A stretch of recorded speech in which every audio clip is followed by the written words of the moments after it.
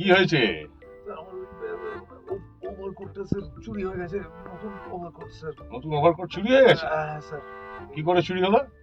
রাত্রিবেলা বসের বাড়ি থেকে ফিরছিলাম পার্টি করে, দুটো গুন্ডা স্যার।